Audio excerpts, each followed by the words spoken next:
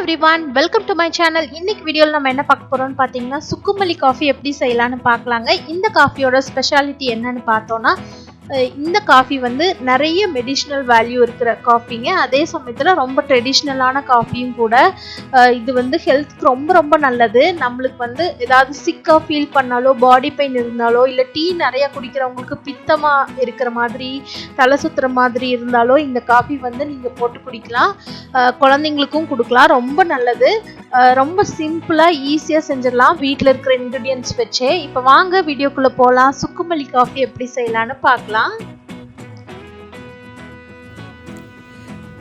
இப்போ நம்ம சுக்குமல்லி காஃபி எப்படி செய்யலான்னு பார்க்கலாங்க. இது வந்து ரொம்ப மெடிஷ்னல் வேல்யூ வந்து ரொம்ப அதிகமாக இருக்கும். ஏன்னா நம்ம சுக்கு போடுறோம், அதே சமயத்தில் இந்த வர கொத்தமல்லின்னு சொல்லுவாங்க, தனியான்னு சொல்லுவாங்க, இதுவும் போடுறோம். இதில் என்ன ஒரு ஸ்பெஷாலிட்டி அப்படின்னா, நீங்கள் ஏதாவது தலை வலிக்குது இல்லை நிறைய டீ குடிச்சிட்டே இருப்பாங்கள்ல, அவங்களுக்கெல்லாம் வந்து சில நேரத்தில் வந்து தலை சுத்தல் மாதிரி வரும், பித்தம் அதிகமாகிறதுனால. ஸோ அவங்கெல்லாம் வந்து ஒன்ஸ் இன் அ வைல் இல்லைன்னா ஒரு தலை சுற்றுற டைம் ஒரு 2-3 நாள் தொடர்ந்து அந்த மாதிரி இந்த காஃபி போட்டு குடிச்சிங்கன்னா உங்களுக்கு வந்து நல்ல ஒரு ரிலீஃப் கிடைக்கும். இப்போ வாங்க, ஃபீவர் டைமில் கூட இந்த காஃபி போட்டு குடிக்கலாம். ரொம்ப யம்மியாக இருக்கும், ஹெல்த்துக்கும் நல்லா இருக்கும்.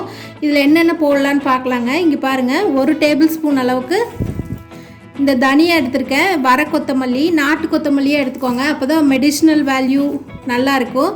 சும்மா டேஸ்ட்டுக்கு நீங்கள் சாப்பிட்றீங்க அப்படின்னா நார்மல் கொத்தமல்லி எடுத்துக்கோங்க. ஃப்ரெஷ்ஷாக இது எடுத்துருக்கோம்.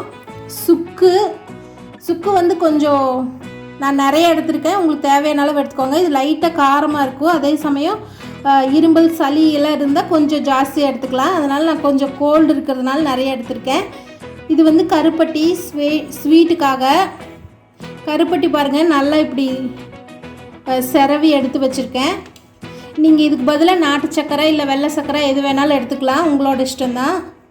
ஒரே 1 டீஸ்பூன் காஃபி பவுடர் எடுத்திருக்கேன், இவ்வளோதாங்க. இந்த தனியா வந்து நம்ம நல்லா ஒரு ட்ரையான ஒரு பேனில் போட்டு நல்லா வறுத்து பொடி பண்ணிக்கலாம். இந்த இதில் போட்டு நல்லா தட்டி எடுத்துக்கலாம். இது ஃப்ரெஷ்ஷாக பண்ணிங்கன்னா நல்லாயிருக்கும். தேவையான அளவு தண்ணி, அவ்வளோதாங்க. இப்போ பாருங்கள்,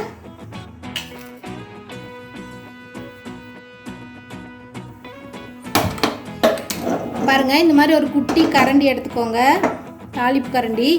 இதில் இந்த தனியாவை போட்டுடலாம். சும்மா அப்படியே ட்ரையாக வறுத்தா போதும், லைட்டாக ஸ்மெல் வந்தால் போதும், ரொம்ப நேரம் வறுக்க தேவையில்லை.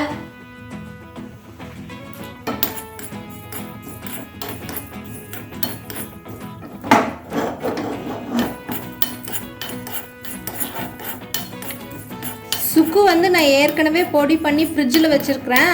அது மாதிரி வச்சுக்கிட்டிங்கன்னா உங்களுக்கு டக்குன்னு எடுத்து போட்டுக்கலாம். பாருங்கள், அந்த சவுண்டு கேட்குது.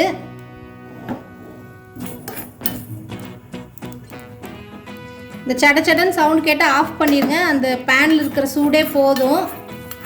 ஸோ இது வந்து நம்ம வறுத்து பொடி பண்ணிக்கலாம். வறுத்தாச்சு, இப்போ பொடி பண்ணிக்கலாம்.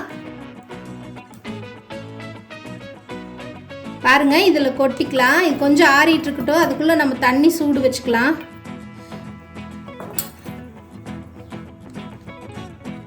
இப்போ பாருங்கள், இந்த கப்பில் வந்து எனக்கு 2 கப்பு வேணும். ஸோ தண்ணி ஊற்றிக்கிறேன்.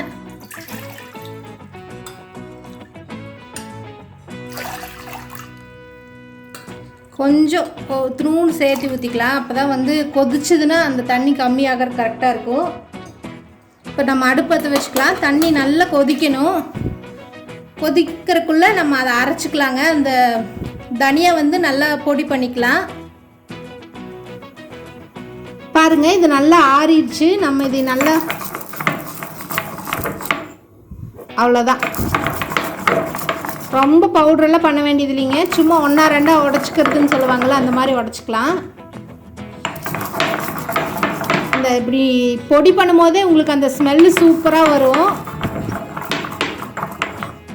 ஒரு சிலர் காஃபி பவுடர் போடாமல் இது மட்டுமே போட்டு செய்வாங்க, அதுவும் நல்லாயிருக்கும்.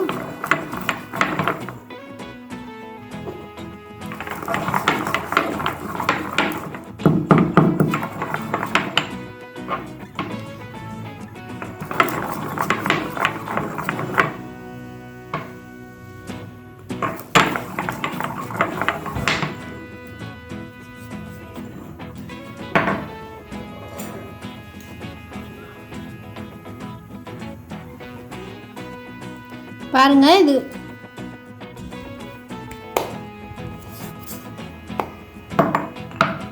இவ்வளோதான். இந்த அளவுக்கு பொடி பண்ணால் போதும். நீங்கள் நிறைய பண்ணிங்கன்னா மிக்சியில் கூட போட்டுக்கலாம். ஆனால் இந்த மாதிரி இதில் தட்டி போட்டிங்கன்னா அது கொஞ்சம் ஃப்ளேவர்ஃபுல்லாக சூப்பராக இருக்கும். இப்போ பாருங்கள் தண்ணி கொதிக்க ஆரம்பிச்சிருக்குது. இந்த ஸ்டேஜில் நம்ம கருப்பட்டி போட்டுக்கலாம். அது குயிக்காக கரைஞ்சிரும். ஸோ நெக்ஸ்ட்டு வந்து சுக்கு போட்டுடலாம்.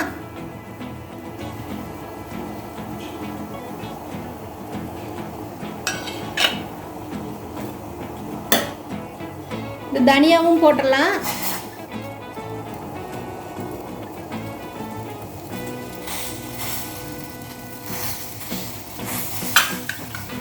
நல்லா கொதிக்கணும் இது.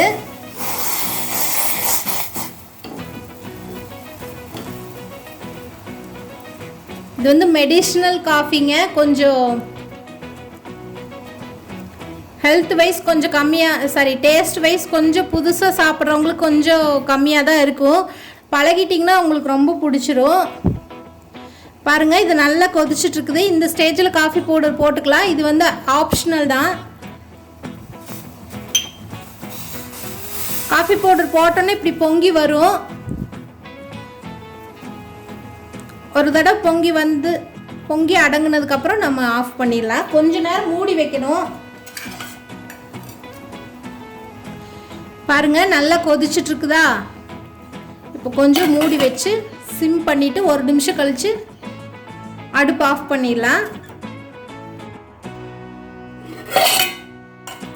பாருங்க நம்ம ஒரு 30 செகண்ட் அப்படியே அடுப்பு மேலேயே வச்சுருக்கோம். நல்லா அந்த ஃப்ளேவர் வந்து பிளெண்ட் ஆகிறதுக்காக. இப்போ நம்ம வடிச்சுக்கலாம்.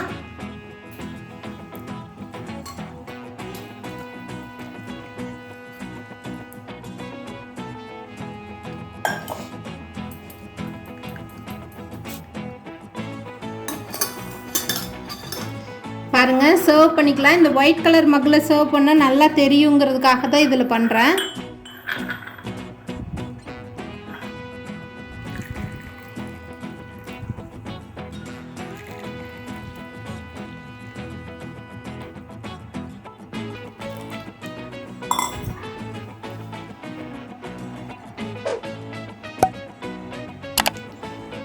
இப்போ ஃபீவராக இருக்கிறவங்களுக்கு கூட நீங்கள் இது வச்சு கொடுக்கலாம். ரொம்ப சூப்பராக இருக்கும். நம்ம கருப்பட்டியெல்லாம் போட்டிருக்கிறதுனால நல்ல அயன் கண்டென்ட்டும் அதிகமாக இருக்கும். நல்லா எனர்ஜெட்டிக்காக இருக்கும். ஸோ இது ட்ரை பண்ணி பாருங்கள். ரொம்ப சூப்பராக இருக்குது அதோடய ஃப்ளேவரு. இது ட்ரை பண்ணி பார்த்துட்டு எப்படி வந்ததுன்னு கமெண்ட் செக்ஷனில் சொல்லுங்கள். நம்ம சேனல் சப்ஸ்கிரைப் பண்ணாமல் பார்த்துட்டு இருந்தீங்கன்னா மறக்காமல் சப்ஸ்கிரைப் பண்ணிடுங்க. அப்படியே பக்கத்தில் இருக்கிற நோட்டிஃபிகேஷன் பெல் ஐக்கானையும் கிளிக் பண்ணிடுங்க. தேங்க்யூ.